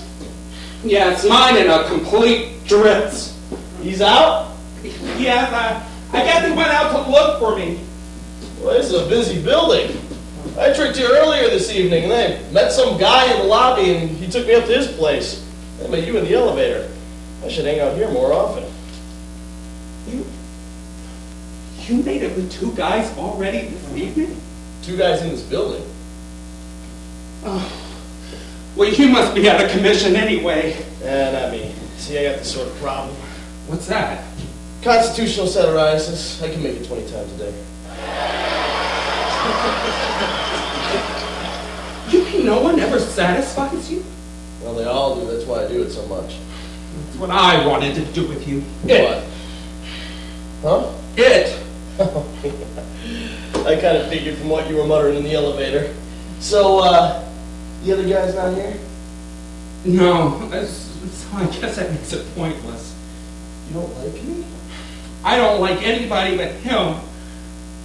Oh, I'm sorry. I know what you mean. You're his lover. Yes. Yeah, he's very lucky. He lied to me. Yeah, I'm sure. What do you mean?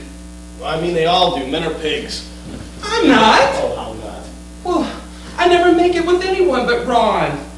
Well, I never make it with anyone unless he's there. Say I do. I say like I make like a milking machine all over town, but I really don't. For how long? He does. He makes it up one side and down the other, and then he tells me he doesn't. I don't mind. It's just that he made it here with some sleazy scumbag, and that's what I can't stand. That's why I wanted you to use you to hurt him. How bad do you want to hurt him? Bad enough to bring you into our home. Oh, I'm sorry. No, it's all right. You really do love this guy, don't you? I have a fetish for him. You know, you're lucky. You're lucky to have someone to love, someone to have a permanent relationship with. And me, I can never turn anybody down on any terms. Oh, I just like men. Young men, old men, fat, short, skinny. Any way they like it. I wish I could be like you. I wish I could be like you. I don't even have one type. Just Ron. Oh, I have a type. You do? Right now I do. Like what? Fuzzy blonde hair. Perfect peach skin. Winsome smile. Cuddlesome tummy. And the most beautiful eyelashes in the entire world. You mean me? I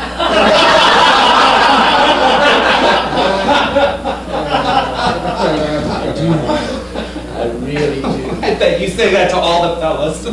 Yeah, I do. I really do. I mean, I haven't had anyone but Ron for 5 years. I mean, alone. Call me Ron. I don't call him Ron. Oh, what do you call him? Oh, I couldn't tell you. Sure you can. You can do anything with me. Oh, I couldn't. Could I? Anything at all. Come on.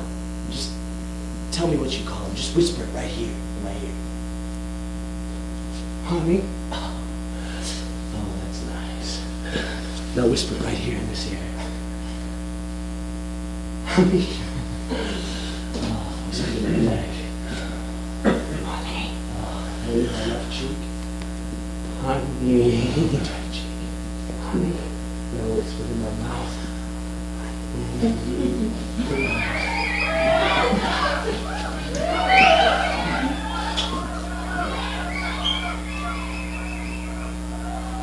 Give me your hand.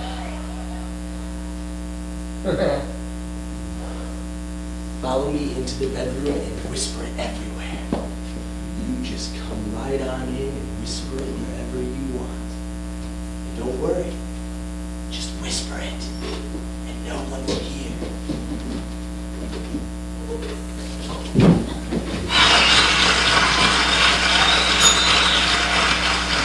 Dumpling.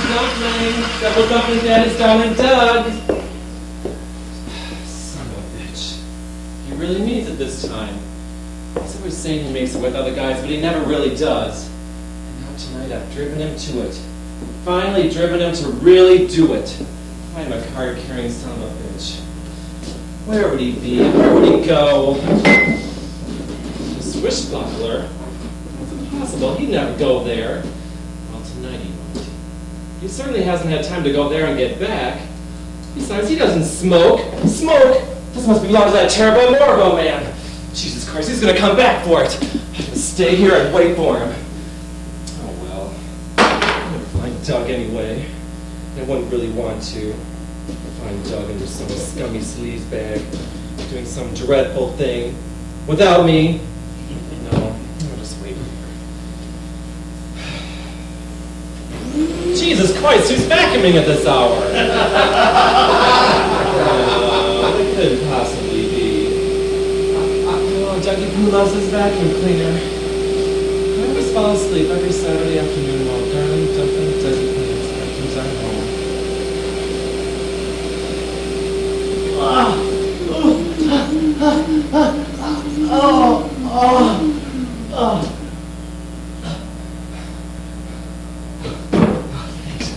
Oh, that was great. Jesus, are you asleep already? Oh, man, I'm not surprised. I never knew that was possible for two adults. Oh, Jesus! Oh, thank God you're here. Really? Yes. Oh, good. Yes, we gotta get a move on. I agree. Here's your lighter. Get started. Ooh, you're being swell. Yes, go before my lover comes in. You didn't see him? Well, he was here and he left, but he'll be back raring to fight. I doubt that. Oh, you don't know him, so you just leave, okay? Sure. Okay.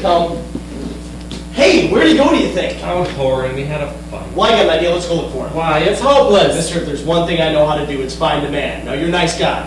You're a nice guy. I'll help you out. Very kind of you. Yeah, nice. Now, what we're going to do is we're going to go down in your elevator. Look, I need to send via the elevator. Well, the other sounds like fun, too. No, later. When we get down to the basement, I will give you a list of places to the left, I will go to the right, and we'll be back here in 1 hour. All Okay, right? sure, but why don't we go together? Faster this way. Right, let's go. You know, I don't know why I'm so worried. He hasn't made it on his own in 5 years. Why? He won't even know how. Well, we'll see. Come on.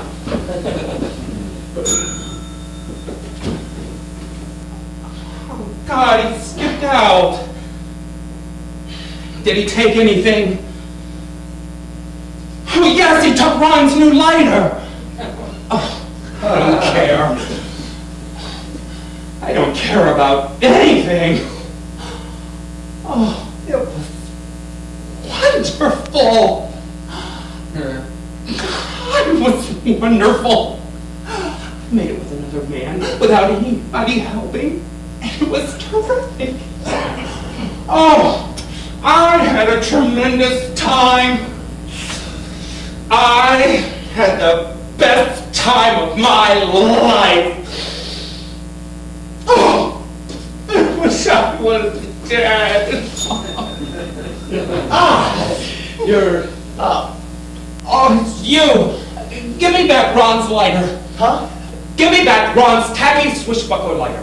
Yeah, right, sure. Oh, you're just probably using it. Whatever you say. Look, I'm sorry I misjudged you and all, but you better go. He'll be right back up. Oh, I don't think so. Oh, believe me, he will. He'll check the bars in no time. He's a real whiz at that. Gosh, you really do love him, don't you? Well, yes, I do. But I don't know if marriage between two men can ever really work out. I mean, no matter how hard you try, one sex partner just isn't enough. A man always wants somebody else. You don't. Yes, I do. I do now. I found that out with you. I just want any brute sex I can get. Maybe not. Oh no, otherwise I wouldn't have liked it so much with you. Well, maybe you like me too. Not all the guys, just me too. You think? Well, that's what it felt like. Listen, I've had brute sex before, and it was very, very different with you. Are you sure it just wasn't the Hoover? I swear it was you. Oh my God, I love you! Yeah, doesn't that make it all better? No, that's awful, that's worse! I'm the Marion type! Now I have to marry you! You know, you're really, real sweet. You know that? Oh, you're just as rare as I am. I want them all, and you just want one. Or two. You know, we should get together. We did. No, I mean regular. Maybe it's true that opposites attract. I got a feeling for you like I have never had for anyone before. How can we get together? You name it. Are you trying to take me away from Ron? You better go. I thought you wanted him to find me here. Well, I did when you were just a vengeance spot, but now that I like you as a person, I feel so ashamed. Yeah, I wanted to leave when I thought I was just a piece of revenge meat, but now that we like each other, I want to stay. No! No! No! I can't stand all these feelings! Love, duplicity, rage, anger, lust, revenge! Okay, shh. Baby. Everybody's got those feelings. They only hurt if you hide them. Feelings mess up your love life. Oh, baby, there's nowhere better to take them out than in your love life. In there is no feeling that cannot be transmutated into fun. Hate, love, worship, anger. On that little theater called the bed, they can all be played out. Here in the living room, we are each of us just one person. But in there, we can be a million different men. And that is why love lasts.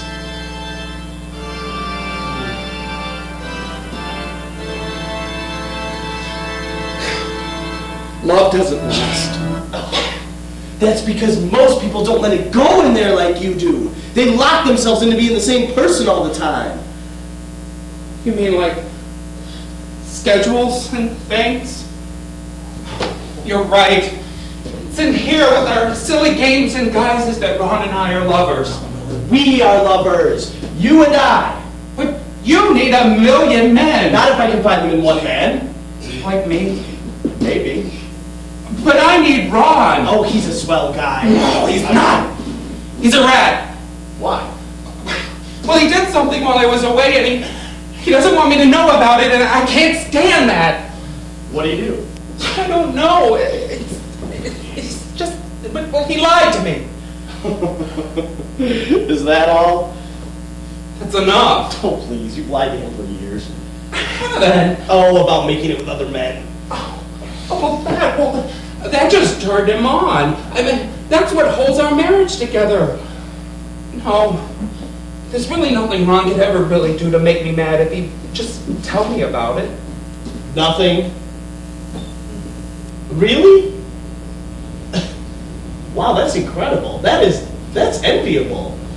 There's nothing that he could do to make you mad? Tell me more about that. Go on. Tell me, there's nothing he could do? Well, I guess there's one thing. Yeah, and if you did it? Oh, he did it. If you did it, what would you want to do to him? I can't tell you. It's Oh, awful. you can tell me. Of course you can. No, I cannot tell you. But I sure as hell can show you. Come on. Oh, yeah.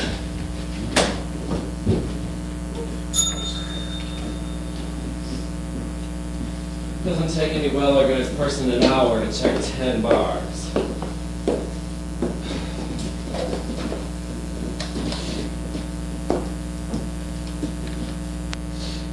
Clint, it's Ron. What? Yes, I know he did. Yes, I know you did. Thank you, I suppose. Clint, I think I'm leaving Doug tonight. Before he comes back and fucks me to death. No, literally. Of course I'm afraid of him. I'm no fool. Well, yes I am. I've had the best deal a guy ever had. For 5 years I've had the devotion of the sweetest, swellest guy in the whole world, and I've blown it. In one night, for the sake of a hunk that was nothing to me but a hole in a pole. What? Oh, he was a nice guy. In fact, he was okay, but he wasn't worth losing my Doug over. No, Doug doesn't know, but it's wrecked things between us anyway, so we won't be having you over on Sunday.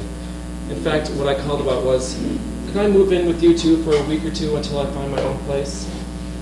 Thanks, Clint. I just have to go down and tell our doorman not to let a certain person back into the building.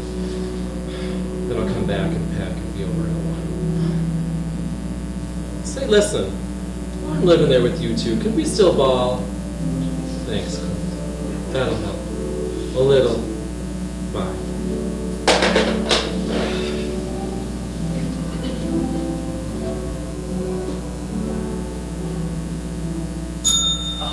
That was him. How did you know? I figured it was. Look, it's okay. I know you were with him. How'd you know? The socks. Sock. Never mind. Let's go get dressed. He'll be right back up. But what are you gonna do to him? The worst. You'll see. Come on. Okay,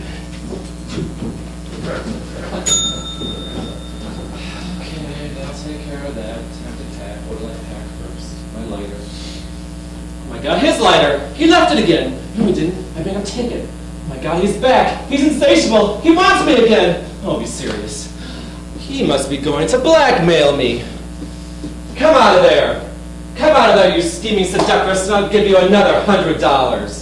$100? Dumpling? $100. Dumpling, you're here! Well, of course I'm here. This is our home, isn't it? Where else would I be? Where did you go? I was looking for you. Well, I was here the whole time. What? You were in there asleep? Well, I was in bed. Yes. Oh, really? Well, you must have been tired not to wake up. Oh, I'm wide awake now. $100. Insatiable. What were you talking about? I never said that. I was kidding when I said that. I was drunk. You don't drink. Why don't I? $100? Really? Doug, I love you. I've always loved you. But I gotta tell you something. I'm no good. It's not what I hear. It's true. I've always cheated on you. Not just with Tex and Clint, not just when you were around. I make it with men. Lots of men. Ron, do you really need that? I don't know. I guess I do. I must to cheat on a perfect mate like you. I guess I need variety. I'm an animal. Help me. Kill me. But would that be enough for you? Variety. If you could get it at home? I can't follow that. Look, honey, it's your home. It should have in it what you need. Maybe I'm not enough for you. Maybe it's all my fault. Oh, it's not a fault, darling. It's just... Oh, you wouldn't understand. Well, maybe I would. Let's sit back and talk about it. You... How could you understand me? You're so good and kind. Faithful. Maybe I'm not. Maybe I'm a low-down, dirty liar. You're not. I lied to you about having other guys. I knew that. I knew you could never do anything like that. You love me too much. I think it's time you got to know the real me. What do you mean? What's there to know? Kiss me and I'll tell you. Kiss me and I'll tell you.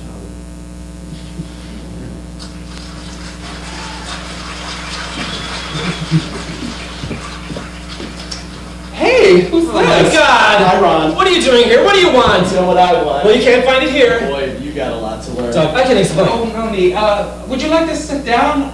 I don't know your name. Sure, there's an article here I'd like to finish, and the name is Ezra. Ooh, I hear guys named Ezra get a lot. There aren't any other guys named Ezra. Must be you I heard about. Must be. If guys named Ezra could find real satisfaction in one place, they might be very happy there. What are you two talking about? Honey, you're a person that needs a little variety. Ezra's here is a person that needs a lot, and I'm a person that needs to love in many different ways. Does that suggest anything to you? I hate all that trashing around. I do. It's ridiculous for a grown-up businessman. No one suggested running around. Would you please tell me what you're talking about? Would you please go home? Here's what we're talking about, and we're talking about his coming home. Huh? Here. Here? Here. Here. You're kidding. This isn't like you. You don't know what I'm like. The three of us? Stability and adventure all at once. What could be better for three grown men? Honey, even if I said yes, you could never do anything like that. You know you'd never be happy with anyone but me. And you need to, one other thing, you need to be a little less sure of yourself. Now let's put our feet up and talk about No, it. I'm leaving. Run! Put your feet up! No, I won't. Ezra, Here's Doug. might I borrow your lighter? Of course, Doug. Thank you, Ezra. You're very welcome. Oh, son of a bitch. Now put your feet up. Ezra.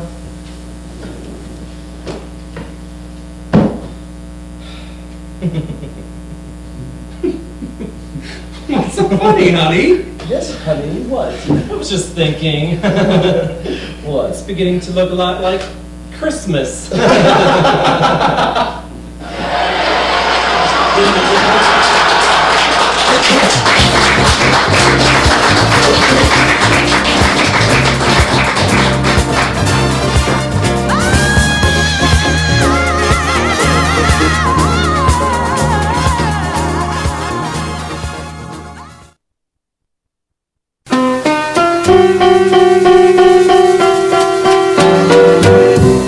I want more than some.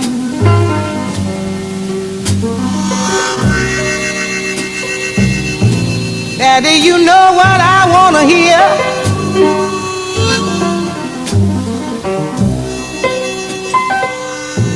I want some more than some.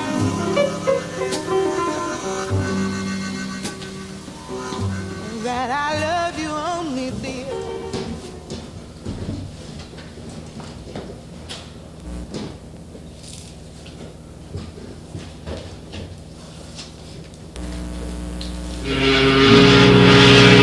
Hey, I don't know moving in that small a circle. No fair moving the fucking foghorns.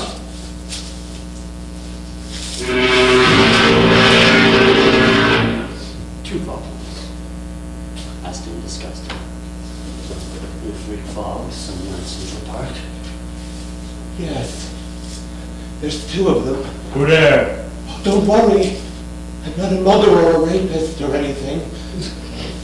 Oh, come on, you must be something. Or maybe not. Besides, you couldn't find me in this benighted fog anyway.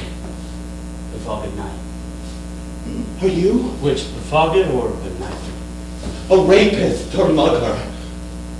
Relax. I couldn't find you either. We're probably the safest two people who ever met at night in Central Park. Unless one of us is a cop. Oh, damn. Are you? I wouldn't tell you if I was, would I?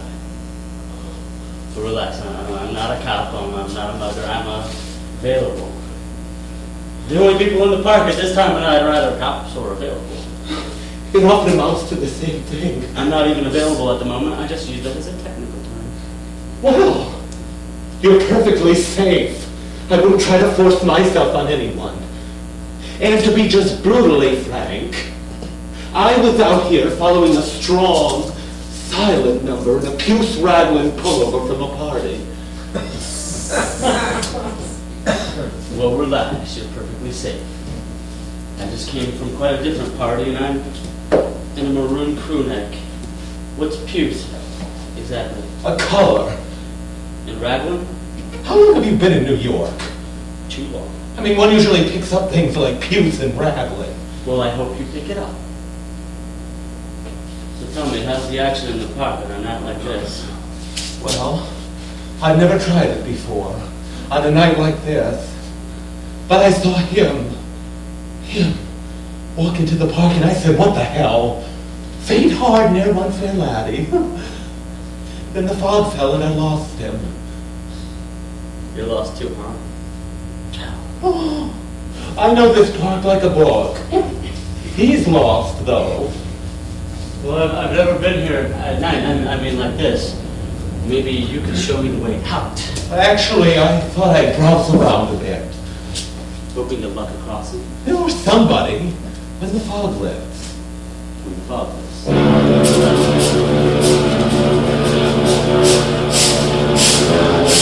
Tell me something. What does it matter to you about the fog lifting? I don't understand. I mean, why aren't you looking for somebody right now? Well, I sort of am. No, that's not what I meant. I meant you're waiting for the fog to lift so you can see what he looks like, right? Of course.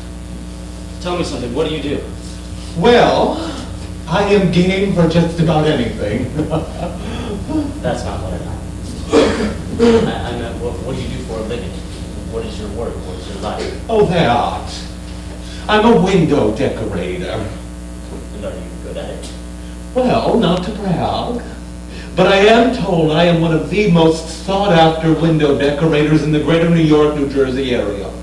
I work where I want, when I want, and I've even designed scenery for a couple of plays. Off Broadway. Well, I think that's wonderful. Well, thank you. Most people laugh. How can you let them? Well, you know, window decorators, hairdressers. Most Yeah. people laugh. Yeah. Well, tell me that this Puce Raglan number, the strong, silent type, what does he do? Oh, anything he wants to, baby, believe me. Seriously, please. I don't know. I just saw him tonight. Did you even talk to him? No.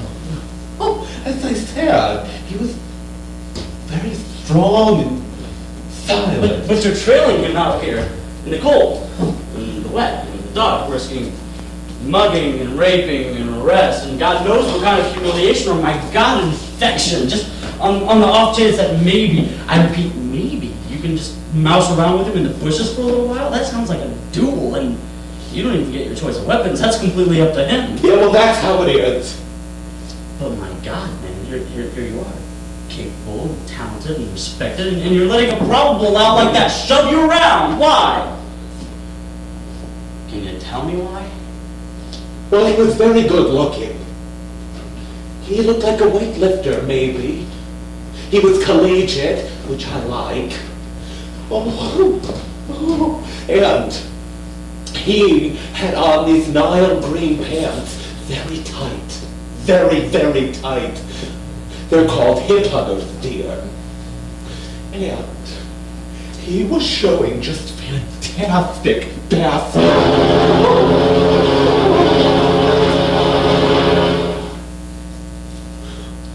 Jesus. Nile green, huh? Oh, Mary, yes. Well, tell me, why do you think this Puce... What does that mean exactly? Well, it's a sort of earthy red-brown shade. Not much like maroon, huh? Oh, no. Maroon is more of a chocolatey purple. And Raglan? That means the sleeve seams are set above the shoulder. I bet not many people know that. Really? Well, it's nothing to know. Jesus. Well, tell me anyway, why do you think this guy left the party? Obviously, because there was no one there as attractive as he. As he.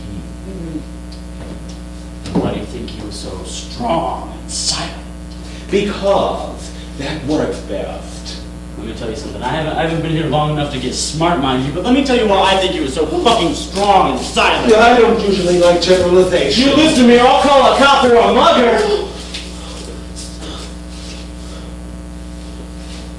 Let me guess about that party.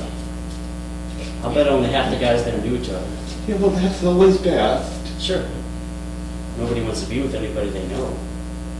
Maybe it's anybody who knows them, but whichever. I'll bet half the guys there. And on an early autumn high season night like this, there was only guys there. You're wrong. Except for maybe the host's southern aunt.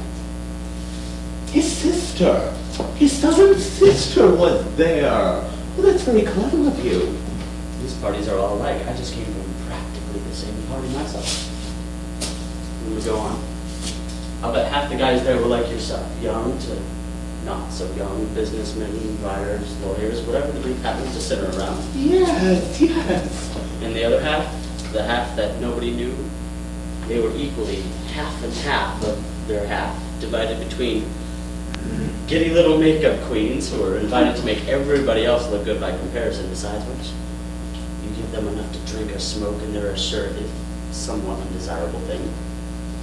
And a number of strong, silent types, easy off-piece cozies and mildly basket rappers, where they were invited from a number of bars or drugstores or elevators, where they were available because they don't have much else to do but window decorate themselves in pubic puce and gimme green and wait for an invitation to a party of 2 or 3 or 30. Any number can play.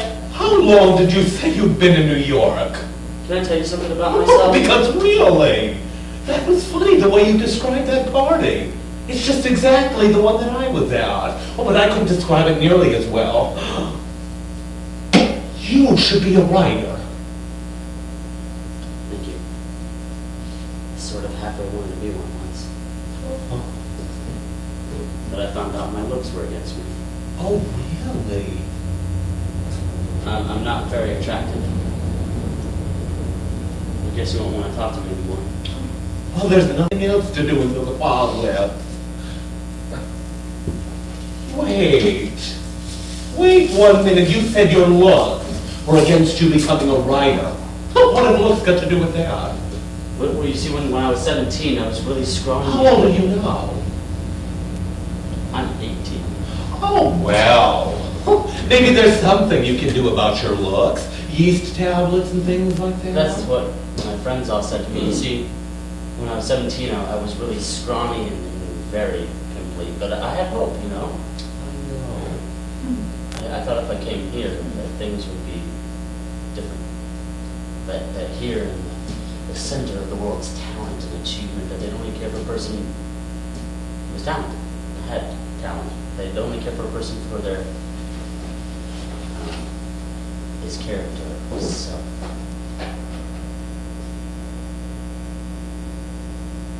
Are you still there? Yeah, I'm still here. I thought maybe you had gone. I mean, I know my voice is pretty resonant, but I thought maybe you were only sticking around because you thought I was good looking. Well, anyway, I got here, and I started meeting people, and it was just as I pictured. They didn't mind that I was scrawny or hunched or pimply. They found out I was a writer, and they started inviting me to their parties. I wore this funny suit, and I stuttered, and I realized nobody was taking me home. But I thought, it's just a matter of time. Being concerned with talent and characters there, they have to get to know a person first, because they're not like those guys who grab you on the subways. But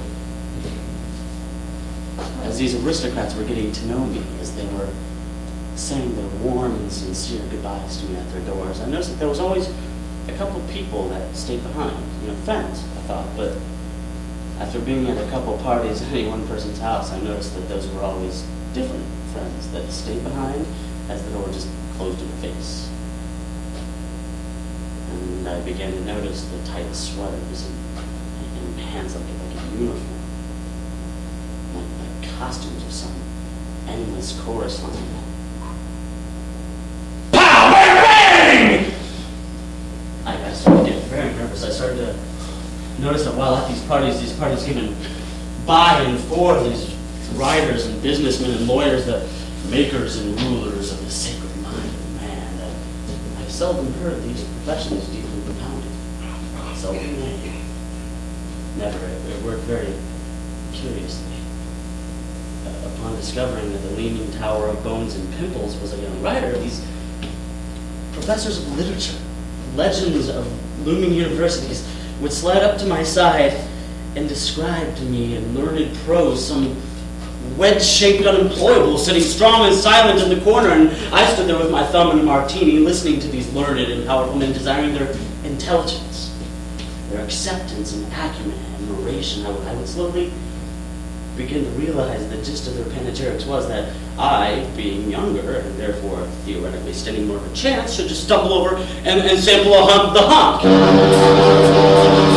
you know what I mean? Well, that's life. Everyone wants the beauties. I don't. I mean, I don't care. That's not what I'm after. Well, I mean, that's life. That's what? That's life. Look, do you remember how I started out on all this raving? You know, it's very interesting. I know what you mean. Everyone's after the beauties, and they're after each other. Or they drive a person broke or drunk or crazy, but that's... Don't say that again!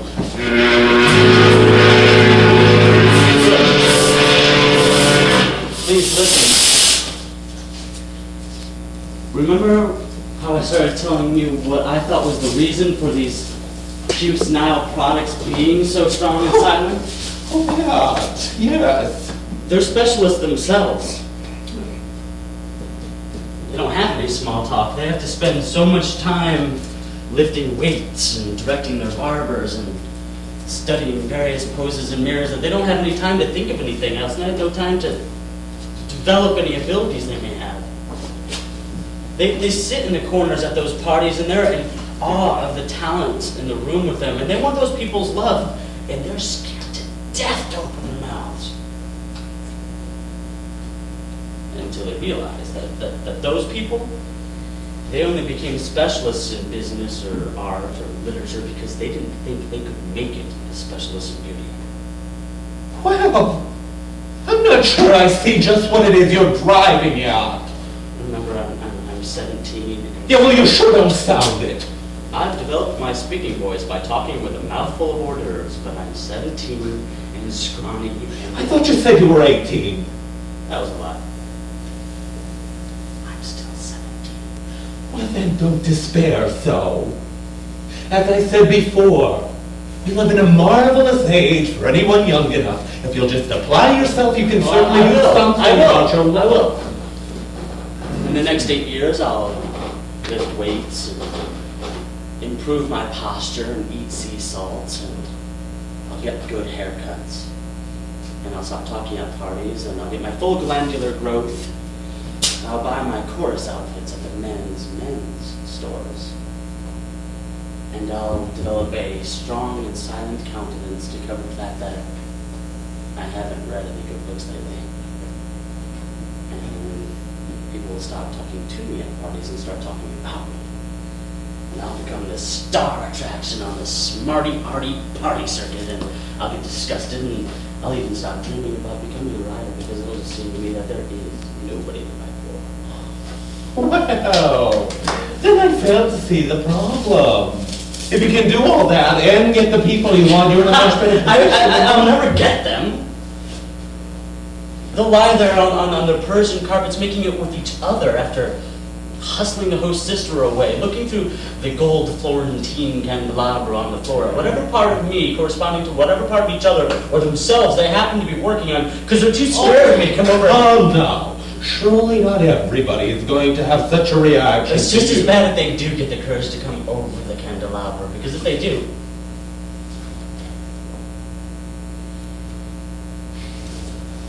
did you ever take LSD? No.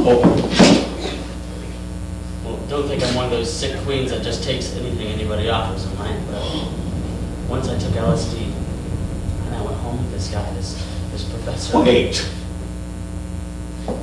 Did you say Florentine candelabra? No, I said LSD. Please pay attention. And I made love with this professor of literature, my dream man, when I was on it. And afterwards, while I lay there in love and gratitude, he leaned over and told me that he had used the hallucinatory effect of the drug to transform me into his physical ideal. Even what I had become wasn't perfect, it wasn't enough. He could never see, touch, taste, love me. Where exactly was this party you were at tonight? What does it matter?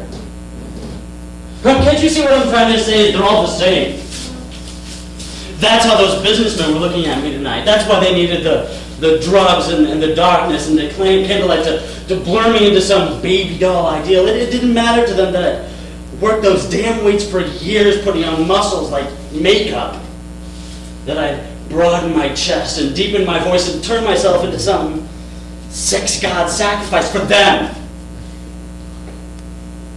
They still had to put on their goddamn Corsair sunglasses until I became even more vague and generalized. They didn't appreciate my plastic surgery any more than they had my writing. No amount of work could make them love me. Me! Underneath the puce and the Nile and the hip hoppers and the floor, even if I had these off, they would still turn me into a daydream. To worship me but not want me. I'm tired of getting what I don't deserve.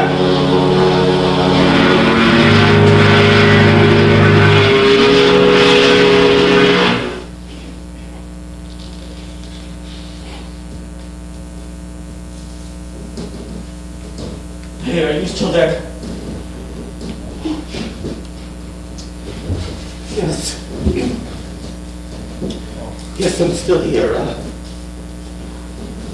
You wandered off. I could hardly hear what you were saying. Did I? Well, I'm out of practice of writing, but I could probably condense it for you. I'm 17 and skinny and scrawny and pimply, and nobody can ever love me because I'm not some big, blonde, beautiful sex god. You're not?